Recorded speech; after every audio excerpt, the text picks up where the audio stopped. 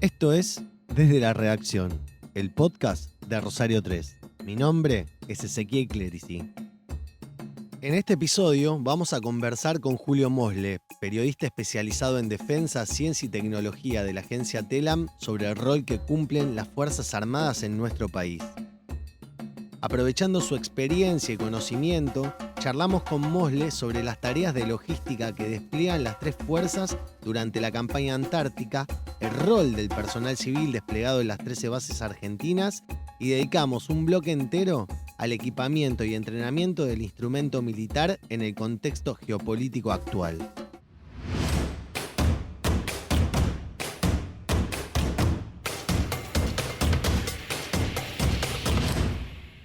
Julio, lo primero que se me viene a la mente cuando pienso en temas de defensa están relacionados con conflictos bélicos, con armamento, con entrenamiento, inclusive con planificación y logística. ¿Pero la defensa es solo va de eso? ¿O de qué hablamos cuando hablamos de defensa? Es cierto que lo primero que uno piensa es en las operaciones bélicas, pero la verdad es que el propio concepto de defensa no es en sí un sustantivo, sino que es un verbo. Digo, el objetivo no es la defensa en sí misma, sino la defensa de algo. En todos los casos que se hable de defensa en términos de un Estado-nación, es defensa de la soberanía, entendiendo la soberanía como la posibilidad de ejercer la voluntad con absoluta libertad. Digo, lo que intenta garantizar la política de defensa de un Estado es que ese Estado pueda tomar decisiones sobre su propio destino de la manera más libre posible. Y en ese sentido, si uno interpreta la defensa de esa manera, el campo es mucho más amplio que el de las operaciones militares. ¿Cuáles serían esos otros campos de la defensa que tal vez los que no estamos en tema no prestamos demasiada atención? En realidad, lo que hace el sistema de defensa, que tiene a las tres Fuerzas Armadas como protagonistas principales, es estar al servicio de las necesidades de ese desarrollo y por eso también adopta estos múltiples roles. Hay militares que entendieron que su rol defendiendo la soberanía argentina era en determinadas épocas de la Argentina marcar otros rumbos. Digo, lo de Sabio y Mosconi fue netamente industrializador, hubo algunos que se dedicaron a la ciencia, hubo algunos que se dedicaron a la salud, digo, y eso tiene que ver con cubrir necesidades que hacen a la soberanía, a poder decidir por voluntad propia y por vocación propia, esto que yo te hablaba del destino de la patria, y ahí es donde empiezan a aparecer estas cosas. Digo, la presencia de Argentina en la Antártida es un ejercicio de soberanía sobre ese territorio. Ahora, no es un ejercicio de estar ahí por estar, digo, de guardia, como quien está de guardia en una garita, sino que es un ejercicio activo de la soberanía a través de la ciencia. Ahora, para que el trabajo científico se pueda realizar ahí, hay que tener un tren logístico que haga posible vivir en un continente que es absolutamente hostil. A mí me ha tocado varias veces ir a cubrir actividades científicas en la Antártida y la verdad es que si no está el rompehielos Almirante Irizar, a la base Belgrano 2 no se puede llegar, porque es una base que está en el fondo del mar de Weddell, sobre una roca, y el hielo solo se abre 2 semanas durante enero para entrar y salir de ahí. Y eso solo lo hace el rompehielos, digo, de la misma manera que hay bases donde para poder ir a hacer monitoreo de fauna o para ir a hacer estudio de geología a determinado cerro en la Antártida, si uno no cuenta con una patrulla de esquiadores de las Fuerzas Armadas que estén entrenados para vivir y acampar y poder estar 3 semanas en una carpa arriba de la Antártida, no hay manera de hacerlo. Y eso también lo hacen. Ahora, así como están en la Antártida, también están al servicio de otras tareas. Lo que sucedió durante la pandemia de COVID-19 fue un claro ejemplo. A la hora de sostener un tren logístico para poder llevar respiradores a todo el país en las primeras horas de la pandemia, cuando estábamos todos encerrados en nuestras casas, a mí me tocó compartir un viaje de 22 horas arriba de un Hércules. En esos primeros 15 días de aislamiento, cuando andábamos todos con el barbijo, la mascarilla y todo lo demás. Y fue un Hércules de la Fuerza Aérea el que cargó respiradores en Palomar e hizo Palomar, Bahía Blanca, Trelew, Comodoro Rivadavia, Río Gallegos, Ushuaia, y fue volviendo por las ciudades del lado de la cordillera para volver, digo. Hizo todo el circuito repartiendo equipo, y eso no se hacía si no estaba ese Hércules. Y habiendo tenido la experiencia de trabajar con personal de las Fuerzas Armadas en el Almirante Irízar y en el operativo de COVID, ¿qué sensación te queda de esos hombres y mujeres que participan de nuestras Fuerzas Armadas? ¿Cuáles son sus objetivos, sus esperanzas? ¿Cuáles son las cosas que los movilizan a hacer ese laburo? Me imagino que pudiste hablar mucho tiempo con cada uno de ellos, ¿no? Sí, y además creo que hay una particularidad que tiende a soslayarse, pero que me parece que es muy valiosa, que es que la vocación de ser militar es una vocación que tiene particularidades por encima de muchas otras. Digo, en principio asumen una vocación que cuando juran servir a la patria hasta la muerte, no lo juran diciendo en una de esas me choca un auto, lo juran estando dispuestos a dar la vida, con lo cual son personas que a la hora de entregarse al trabajo se entregan con una convicción y un convencimiento muy intenso y muy particular que nos pone, la verdad, muchas veces a los que podemos compartir esas horas de trabajo, nos conmueve bastante, porque son gente que, más allá de lo que nos podría pasar a cualquiera de nosotros, de que podemos decir, che, sabemos que nuestro horario laboral es de 8 a 16 y que por ahí un día si sucede algo, bueno, me quedo 2 horas más para poner el hombro, que es lo que podríamos decir nosotros, ellos saben que si la patria les demanda determinada cosa y qué sé yo, subirse al rompehielos y no saber cuándo volver a bajarse y lo hacen, y no es que lo hacen diciendo, uy, qué mal, lo hacen asumiendo que les toca,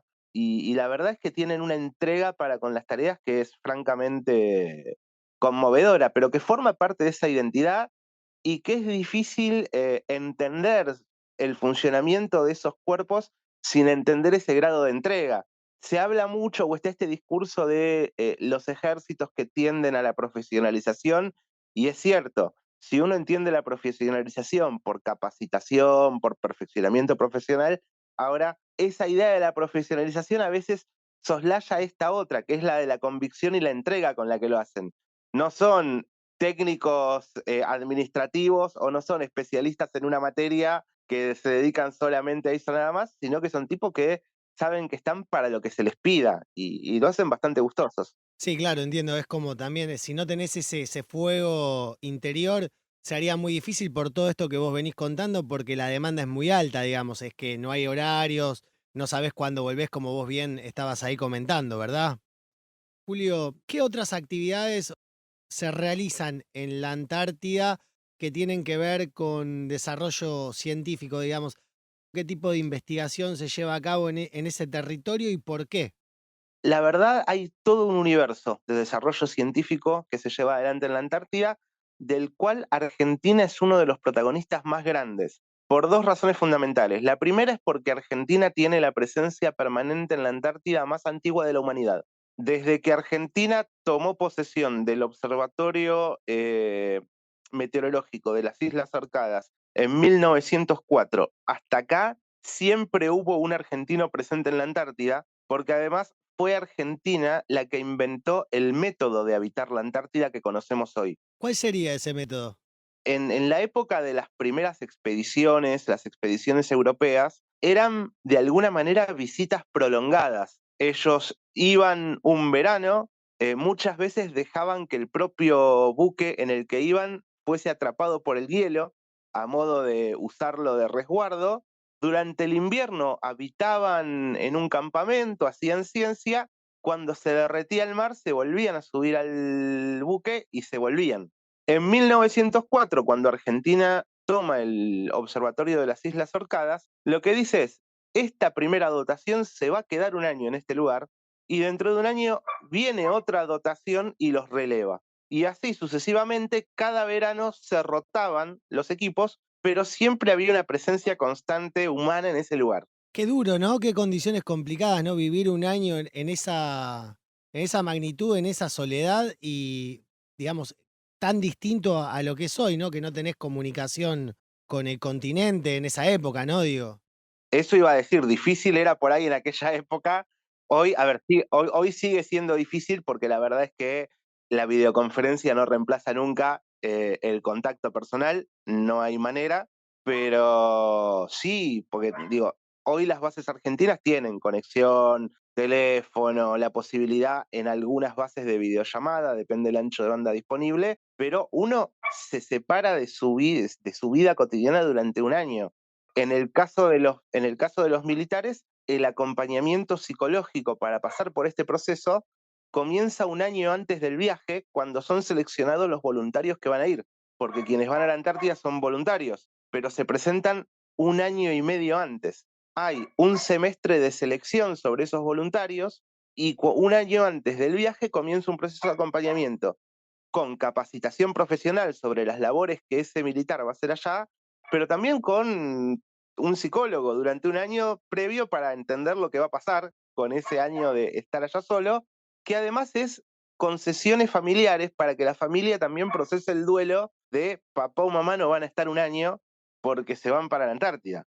Es muy duro porque además todo se magnifica en la distancia. A mí me ha me ha tocado hablar mucho con gente que por ahí cuando yo llegaba a la Antártida para hacer una nota ya tenía 6 meses allá, o tenía un año porque estaba esperando la evacuación para volver, estaba esperando el relevo, y por ahí en ese año les pasó que lo llamaron de Buenos Aires y le dijeron, se descompensó tu papá, y por ahí no se murió, pero esa descompensación y esa internada del padre por ahí en un hospital de Santa Fe, mientras vos estás en la base Carlini a 3.600 kilómetros, sin posibilidad de salir de ahí, porque si estás en invierno no salís ni con buena voluntad, se transforma en una situación complicada.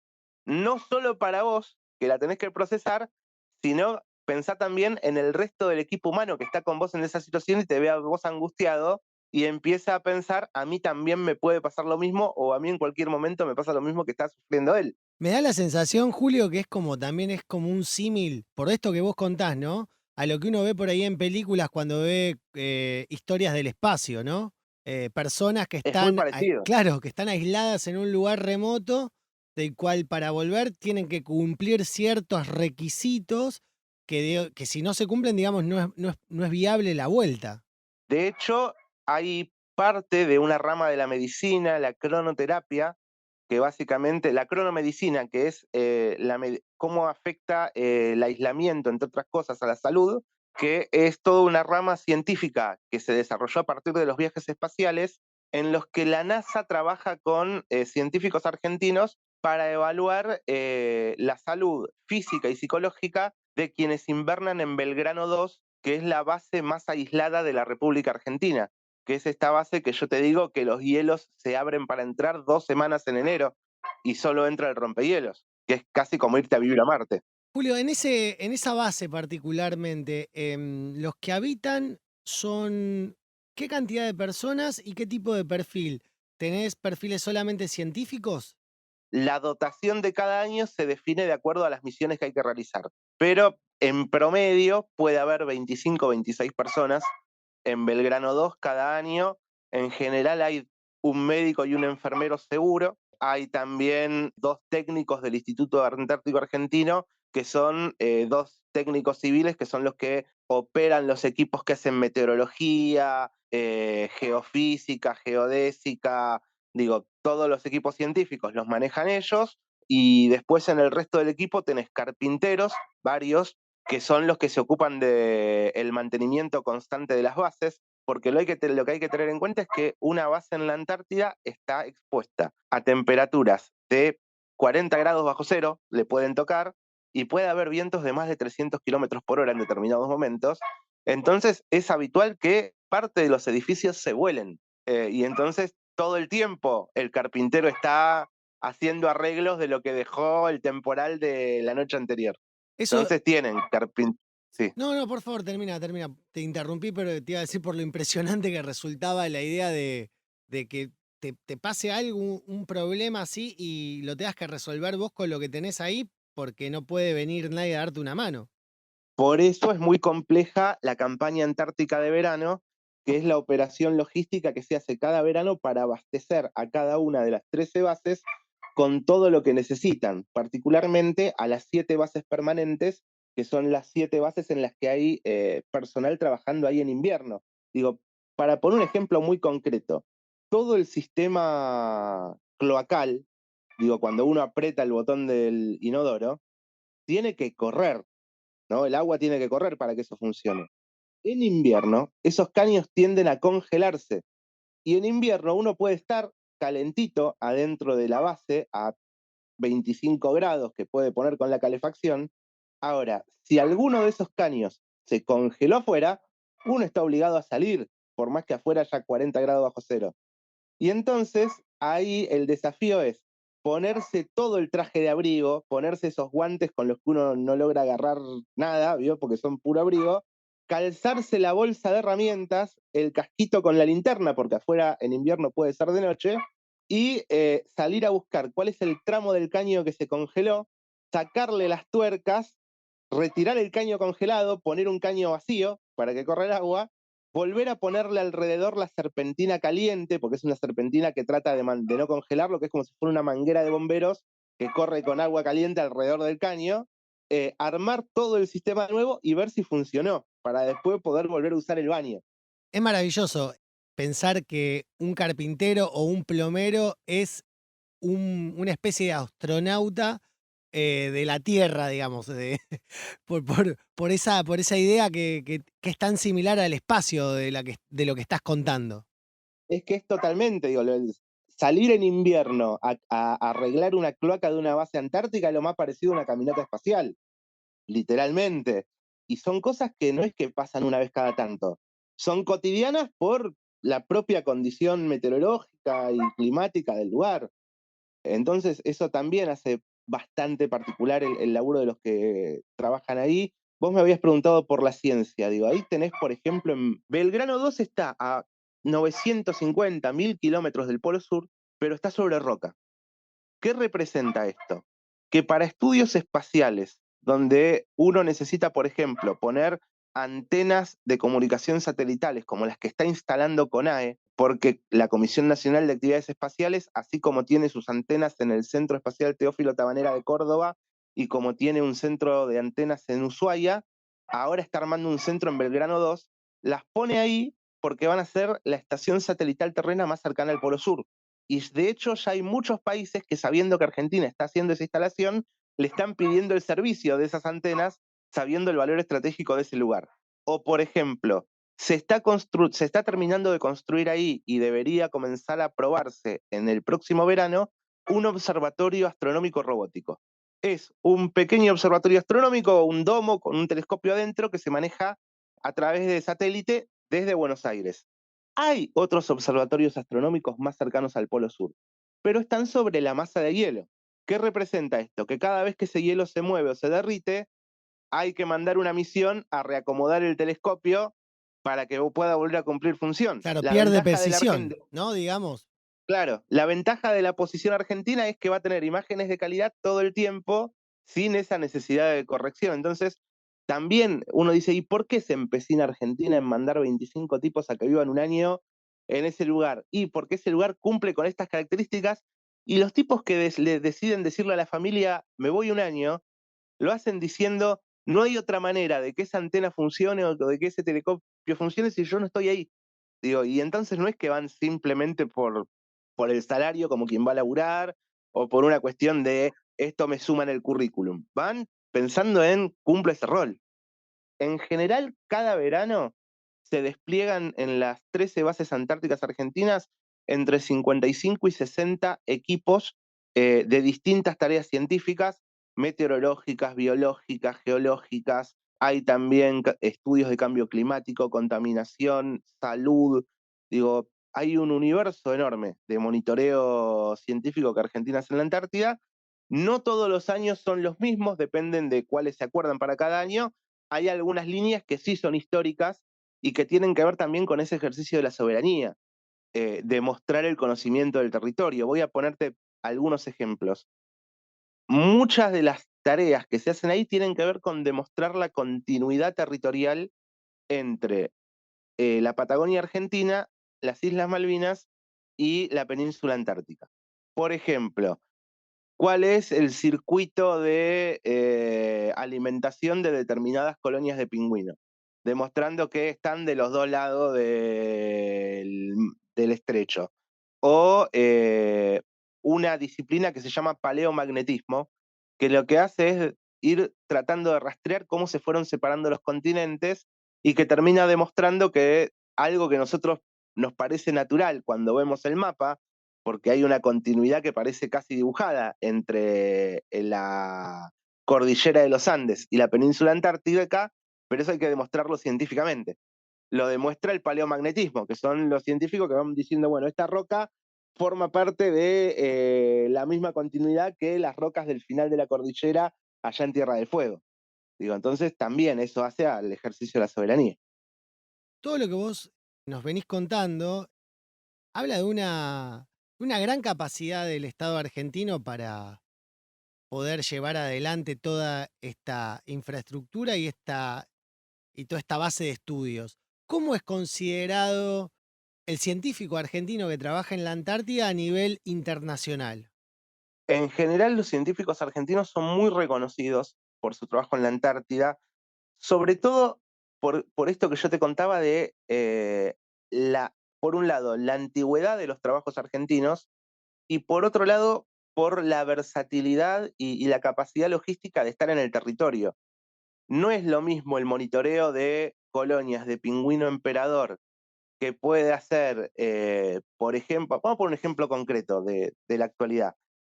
Todos los veranos, Greenpeace manda un barco con científicos a la Antártida y bajan en determinadas colonias de pingüino, hacen relevamientos, sacan fotos, digo, en términos de concientización ambiental. Y ellos a eso le dicen monitoreo de colonia de pingüino emperador.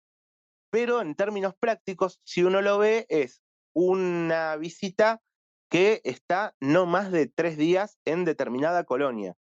Argentina tiene campamentos instalados. Digo, este verano, por ejemplo, se instaló un refugio que es una especie de contenedor adaptado como vivienda, y esto permite que los científicos argentinos que monitorean esas colonias de pingüino emperador hace al menos 40 años, de manera continua, estén más de un mes mirándolos. Y si uno registra esa misma colonia durante 40 años, más de un mes cada verano, tiene un registro mucho más amplio y mucho más profundo que quien va ocasionalmente 3 días.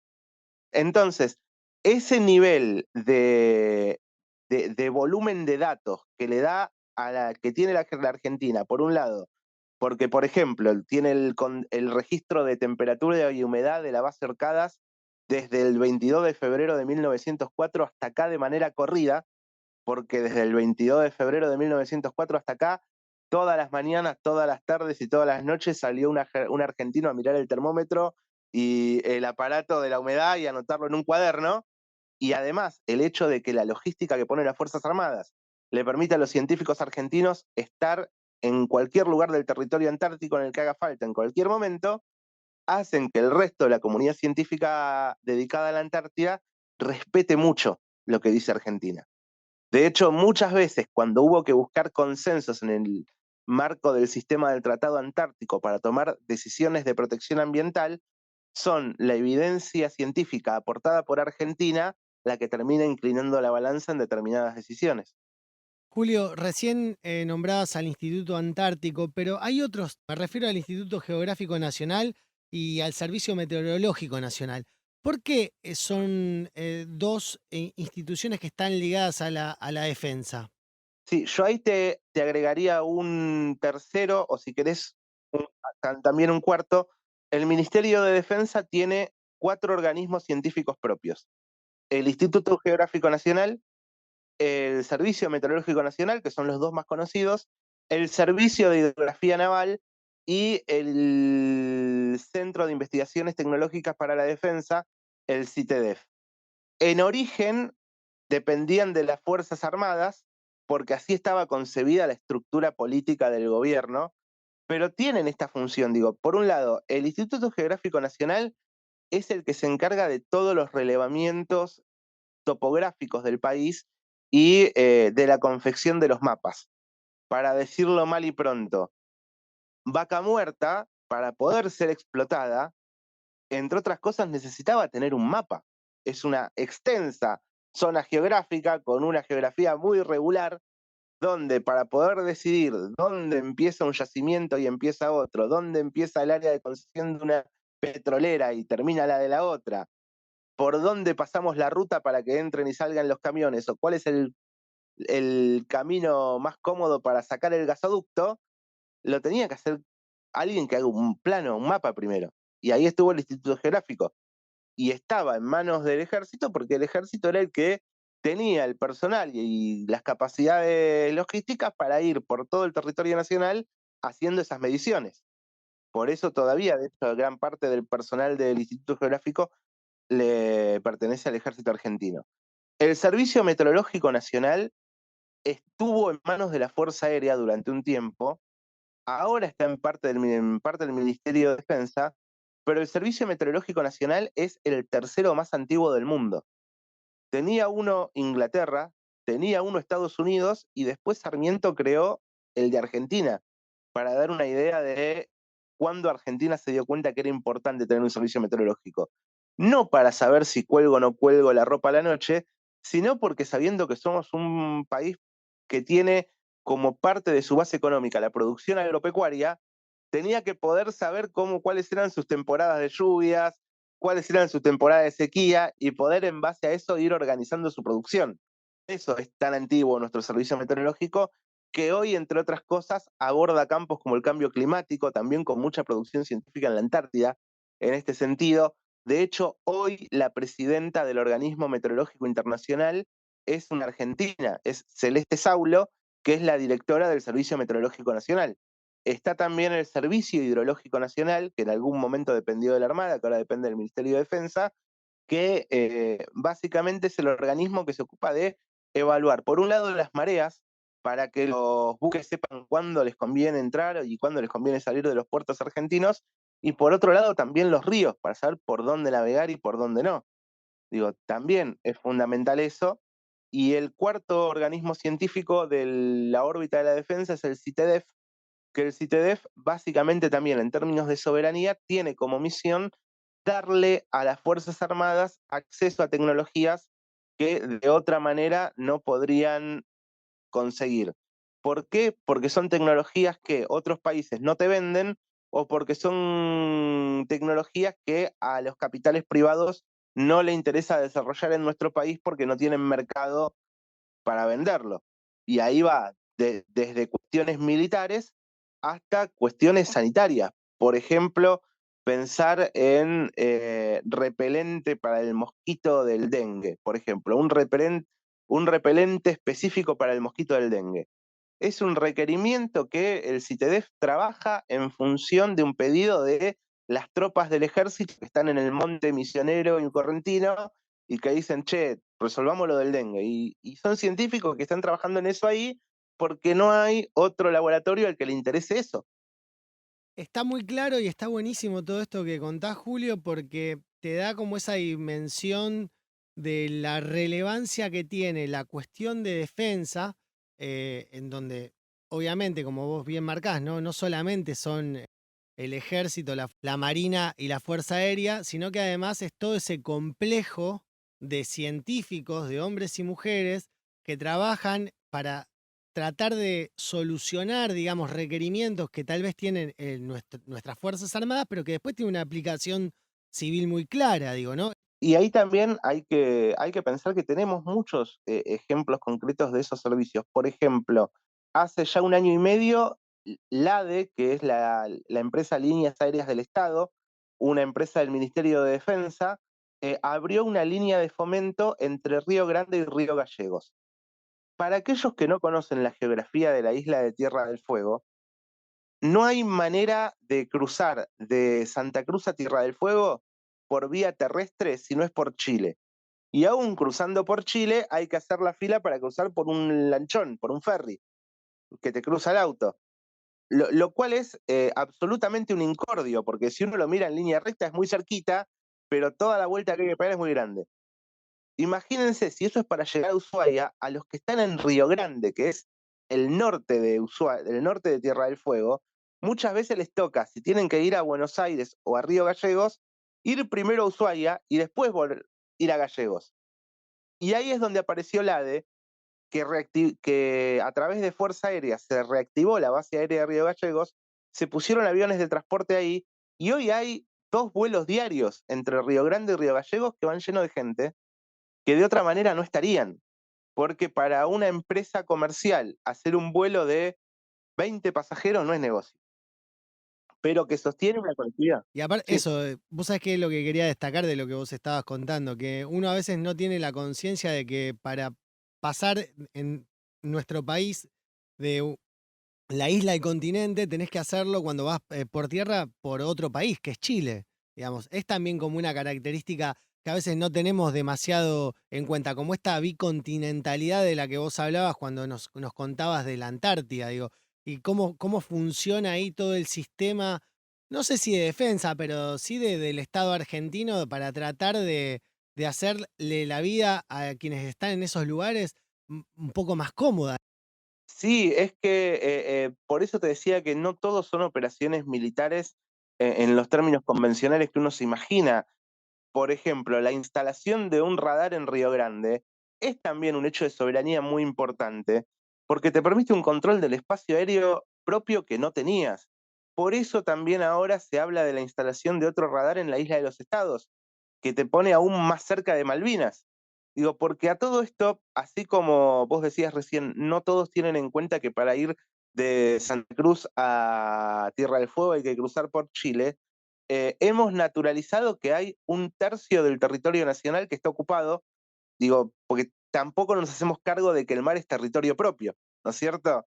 Cuando en realidad gran parte de nuestra riqueza está en ese mar, no solo por los caladeros de pesca que están ahí en el límite de la milla 200, sino también porque ahora Argentina ha comenzado a explotar o está comenzando a explotar yacimientos petroleros a 400 kilómetros de la costa. Y acá hay que hacer un ejemplo de lo que pasó con Brasil. Brasil, allá por 2007 o 2008, descubrió lo que se llamó el presal, que son esos enormes yacimientos petroleros que están bajo el Atlántico Sur a la altura de las costas de Brasil. ¿Se acuerdan cuando Lula hizo ese anuncio y de repente las acciones de Petrobras se fueron a las nubes porque se descubrió que debajo del mar en Brasil hay casi tanto petróleo como en Arabia? Y ahí Petrobras empezó a explotarlo. Bueno, en cuanto Petrobras comenzó a explotar esos yacimientos, una de las primeras cosas que hizo Lula da Silva fue anunciar el contrato para la construcción de un astillero que fabrique submarinos en Brasil, básicamente para proteger esa inversión. Bueno, hoy Argentina está comenzando esa investigación de cuánto petróleo tiene en su mar. Yo recuerdo alguna entrevista que hizo Lula da Silva en una visita a la Argentina cuando dijo, la gente de Petrobras nos dice que el yacimiento que estamos explotando nosotros en Brasil se extiende hacia el sur e imaginan que Argentina debe tener a la misma altura del Atlántico tanto petróleo como tenemos nosotros en Brasil. Por supuesto, esto que es una especulación de quienes encontraron petróleo en Brasil, después habrá que corroborarlo con alguien que encuentre ese petróleo en el mar argentino. Y después habrá que ver cuál es la decisión que toma el Estado argentino frente a ese hallazgo de petróleo. Julio, ahí que nombrás el tema de los recursos naturales y yendo un poco a la Directiva Nacional de Defensa, la última del año 2021, donde se nombra la posibilidad de que existan conflictos por recursos naturales, ¿cómo nos estamos preparando en cuanto a equipamiento de nuestras Fuerzas Armadas para, en el caso de tener que defender nuestro territorio, esté con las capacidades suficientes como para poder hacerlo de buena manera? ¿Vos estás viendo que se estén llevando adelante las inversiones necesarias o por lo menos incipientes para llegar a un punto en donde podamos estar en condiciones de hacer una defensa correcta de nuestras riquezas, de nuestros recursos naturales, de nuestro territorio, de nuestra soberanía? Yo creo que ahí hay varias dimensiones de análisis posibles. Una es entender cuáles son las prioridades a la hora de diseñar una herramienta militar, y la otra es contextualizar eso en el escenario, ¿no es cierto? Argentina puede pensar cuál es el mejor desarrollo de su herramienta militar.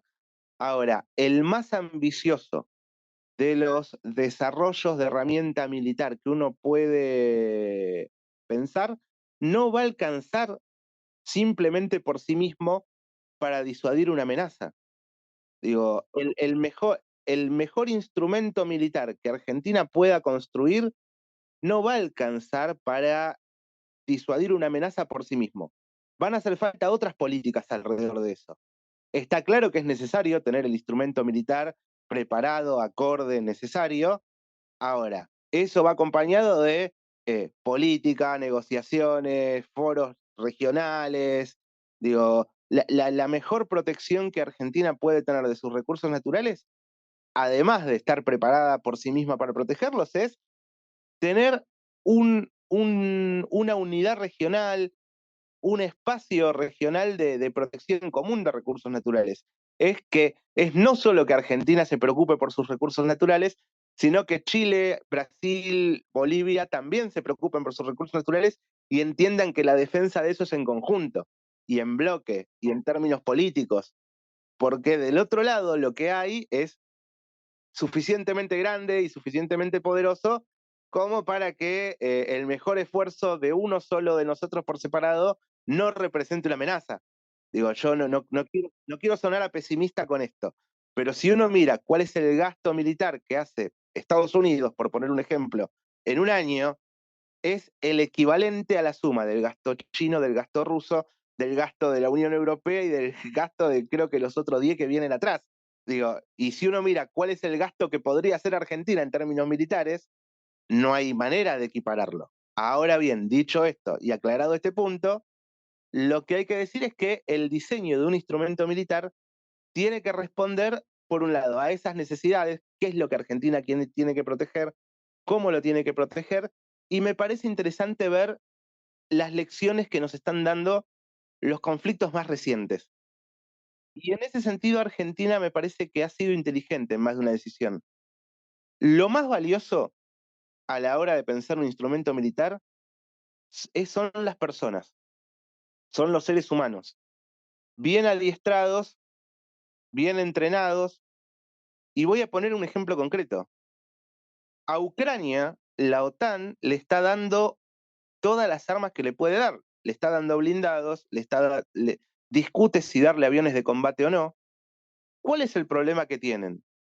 De repente los ucranianos tienen que, bajo fuego y con un conflicto desatado, aprender a usar esos blindados, aprender a reparar esos blindados. Digo, lo que le está pasando, por ejemplo, a Ucrania hoy es que un blindado que los rusos detonan en Ucrania, los ucranianos en lugar de repararlo lo tienen que subir a un tren, ese blindado tiene que ir hasta Polonia, donde hay técnicos de la OTAN, que se lo arreglen y que se lo vuelvan a mandar. Porque ahí vos estás diciendo algo que es muy interesante, que es el sistema de defensa que vos elegís, en base a quién vos le comprás armamentos, te define tu estructura también militar, porque tienen que saber usarlo, arreglarlos, para poder tenerlos todo el tiempo en óptimas condiciones, y son equipos muy sensibles. A ver, un ejemplo concreto. Todavía ningún país decidió darle aviones de combate a Ucrania, ¿no? Que es toda una decisión que podríamos discutir, pero que no viene al caso. Pero están permitiendo que los pilotos ucranianos se entrenen con aviones occidentales en países de la Unión Europea. Se enoja el presidente ucraniano Zelensky porque le dicen que va a llevar 3 años entrenar un piloto. Y la, y la verdad es que sí, lleva 3 años entrenar un piloto. Entonces uno no puede esperar a estar en guerra. Con una guerra desatada o con un conflicto inminente, uno puede encontrar un amigo que le regale aviones. Ahora, ese amigo no le va a poder regalar pilotos. Si uno tiene que elegir, lo primero que tiene que garantizarse es tener el personal debidamente adiestrado y debidamente entrenado para cumplir con determinadas tareas. Y en ese sentido, la verdad es que los planes de adiestramiento de las Fuerzas Armadas Argentinas hacen todo lo que pueden con el presupuesto que tienen. Digo, uno podría decir, a ver, también depende, puede decir con quién se quiere comparar, eso también es cierto. Los pilotos de la OTAN, para decir que están debidamente entrenados, vuelan 120 horas por año. Bueno, para volar 120 horas por año son un montón de dólares, uno arriba del otro por cada piloto que vuela esas horas. Y por ahí los pilotos argentinos no sé si están volando 120 horas, pero todas las que pueden volar las vuelan. Y por eso también son importantes los simuladores. Lo mismo pasa con los paracaidistas. Los paracaidistas de determinados países se tiran de paracaídas una vez por mes, los de otros países se tiran del paracaídas una vez cada 2 semanas, y los nuestros no, determinada cantidad de veces al año. Me cuesta precisar si son 8, si son 9, digo, pero depende del costo, digo, porque hay que volar, hay que despegar el avión, todos los costos que eso lleva. Y ahí también va la discusión de con la plata, ¿qué hacemos? Porque te puede pasar que digas, tenemos determinada cantidad de plata, compramos determinado vehículo y que después te digan, ah, bueno, pero cada hora de operación de ese vehículo te cuesta $15.000. ¿Y ahora qué hago? No, lo miro en el cuartel y lo lustro en el cuartel toda la semana y le prendo vela. No, no cumpliría, no tendría sentido. Por eso muchas veces cuando se dice el equipamiento de las Fuerzas Armadas, no es simplemente si voy a tener acceso a los repuestos, que es importante, o si lo voy a poder arreglar yo, sino cuánto lo voy a poder usar, para qué lo voy a poder usar. Pero claro, ahí vos estás diciendo algo que para mí es clave, ¿no? Que el instrumento militar necesita estar entrenándose constantemente porque nunca sabe en qué momento va a ser necesario aplicar esa expertise que él viene desarrollando a lo largo de toda su carrera militar, sino que tiene que estar siempre con lo último, o por lo menos lo mejor entrenado posible para que en caso de que tenga que actuar, poder hacerlo de la mejor manera.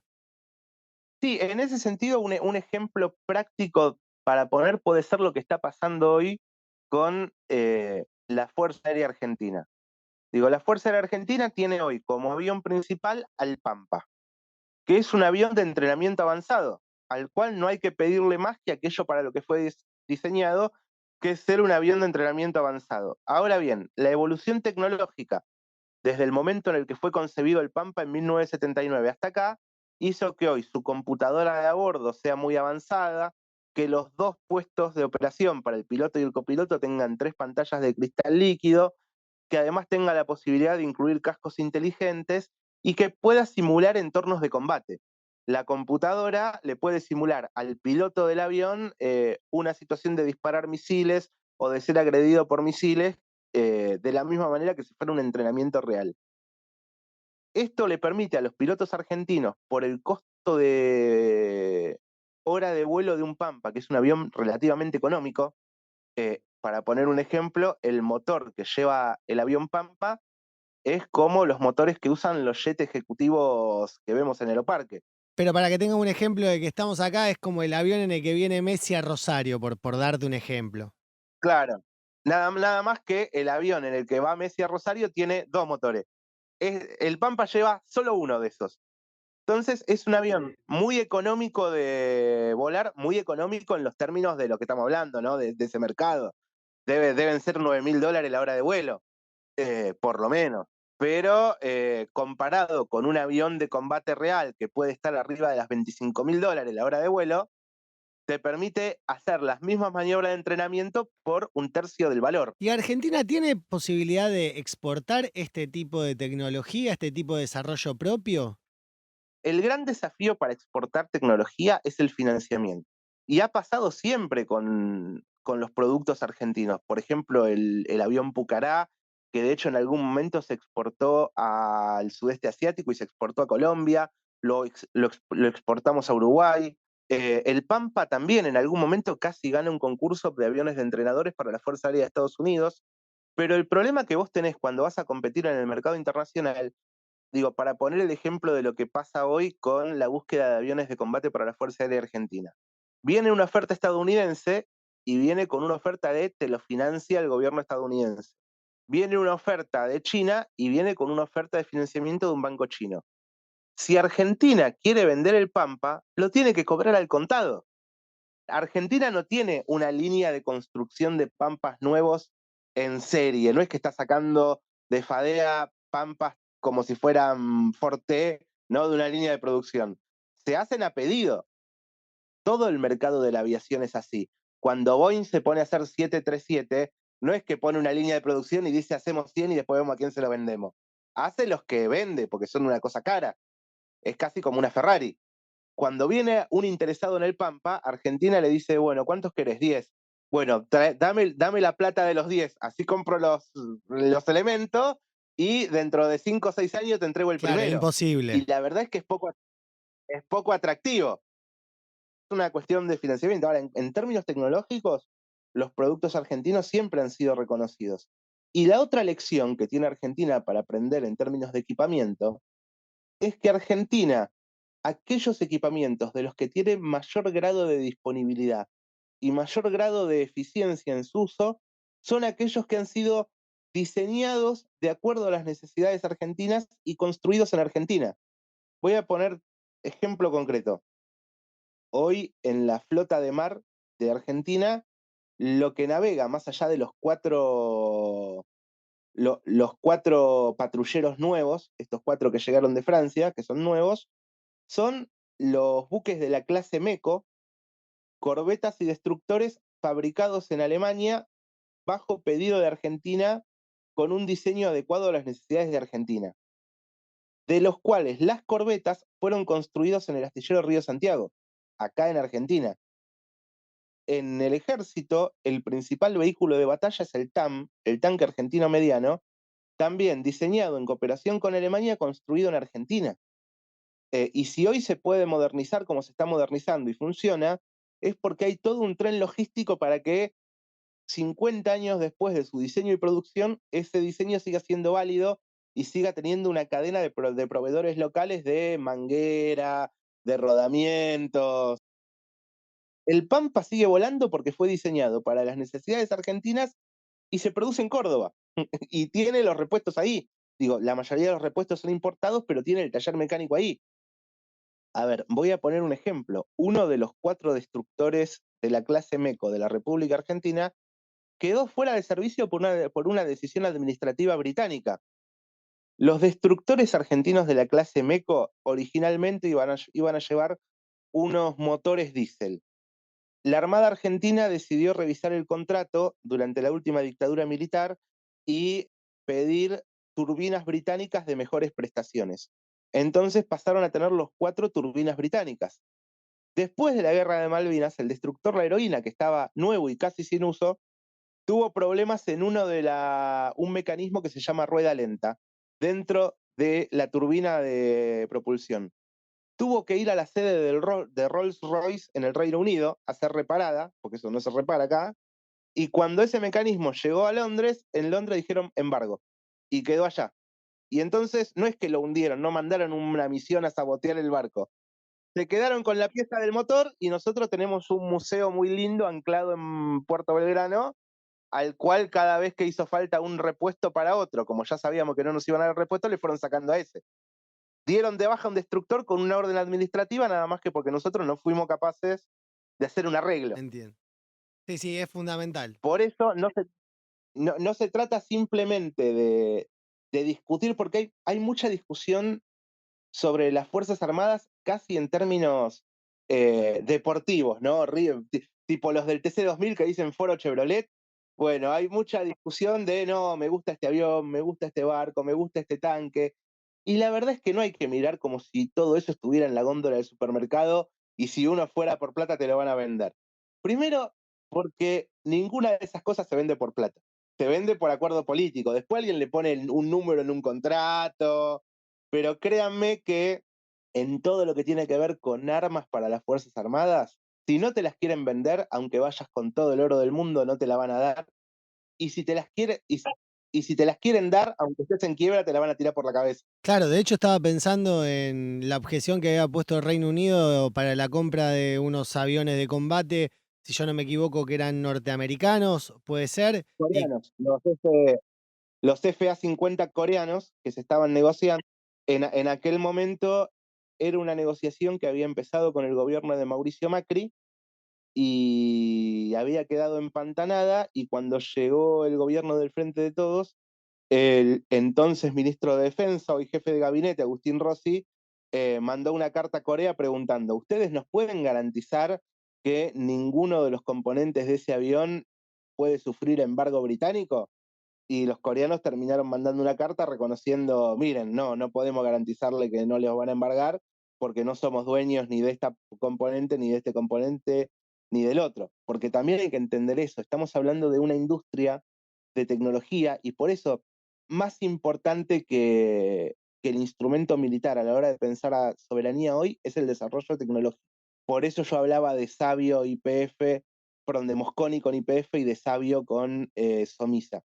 Porque hoy en el mundo debe haber 6, 7 fabricantes de aviones de combate en todo el mundo. Ahora, hay solo 3 proveedores de motores, porque la India fabrica aviones de combate con motor estadounidense y componente británico. Corea fabrica aviones de combate con motor estadounidense y componente británico. Entonces, ¿quién es el fabricante de aviones? ¿El que te lo ofrece o el que te garantiza que va a volar? Y entonces es un universo que se vuelve muy chiquito cuando uno empieza a rascar. ¿Y cuál es la base de esa? El conocimiento tecnológico, que es el que te permite llegar ahí. También es cierto que para Argentina algunos conocimientos tecnológicos no es que están prohibidos, pero que no son funcionales. Vamos por ejemplo. China, después de 40 años de planes quinquenales consecutivos, política de Estado para eso, logró desarrollar motores de combate, motores para aviones de combate eficientes. Todo un mérito, porque hasta ese momento los estadounidenses, los franceses un poco y los rusos, nadie más. Ahora aparecieron los chinos, con millones de dólares y 40 años Claro, de continuos. ahí también que Ahora, nosotros queramos Argentina, comprarle aviones de combate a ellos, ¿no? Como se está manejando que puede llegar a ser. pero ahí entra la otra discusión, que es, ¿Argentina podría encarar ese camino? Y ahí ya no es un tema de capacidad tecnológica, sino que es un tema de escala. ¿Por qué Argentina invertiría en investigación y desarrollo del motor de un avión de combate si no va a producir 5.000 unidades como va a producir China? Porque Argentina no va a tener 5.000 aviones de combate, va a tener en algún momento, en el momento de mayor capacidad de su Fuerza Aérea, tuvo 72 aviones de combate. No va a llegar nunca a los 5.000 como para justificar diseñar un motor. Entonces, ¿qué tiene que hacer Argentina? ¿Quedarse sin el motor? No. Buscar un proveedor de motor que le dé determinado grado de confianza en cuanto al sostenimiento logístico y alrededor de ese motor diseñar su propio avión. Y si querés, digo, vamos un paso acá, que es preguntarnos si Argentina necesita tener aviones de combate. Digo, si algo han demostrado los últimos 2 conflictos en Europa, el que enfrentó Armenia con Azerbaiyán y el que está enfrentando Ucrania con Rusia, es que los drones han reemplazado gran parte de las misiones de los aviones tripulados, no solo sin arriesgar la vida del piloto, sino a un costo mucho más barato y con con un mayor grado de eficiencia. Entonces la discusión es ¿por qué Argentina no se da un programa de desarrollo de drones como el que sí se dio Turquía? Hoy Turquía es uno de los principales proveedores de drones a nivel internacional, no solo para ámbito militar, digo, para el ámbito civil, donde cada vez son más usados también. Entonces ahí es donde Argentina podría decir, bueno, nuestro instrumento militar, ¿qué rol va a tener? Si tuviéramos 600 millones de dólares para invertir en la Fuerza Aérea, ¿nos los vamos a gastar en un escuadrón de aviones de combate o también le vamos a invertir algo al desarrollo de drones? Julio Mosle, muchísimas gracias. ¿Cómo no? Muchas gracias. Producción y realización, Ezequiel Clerici. Desde la redacción, es una creación de Rosario 3, Grupo Televisión Litoral. Gracias por tu atención.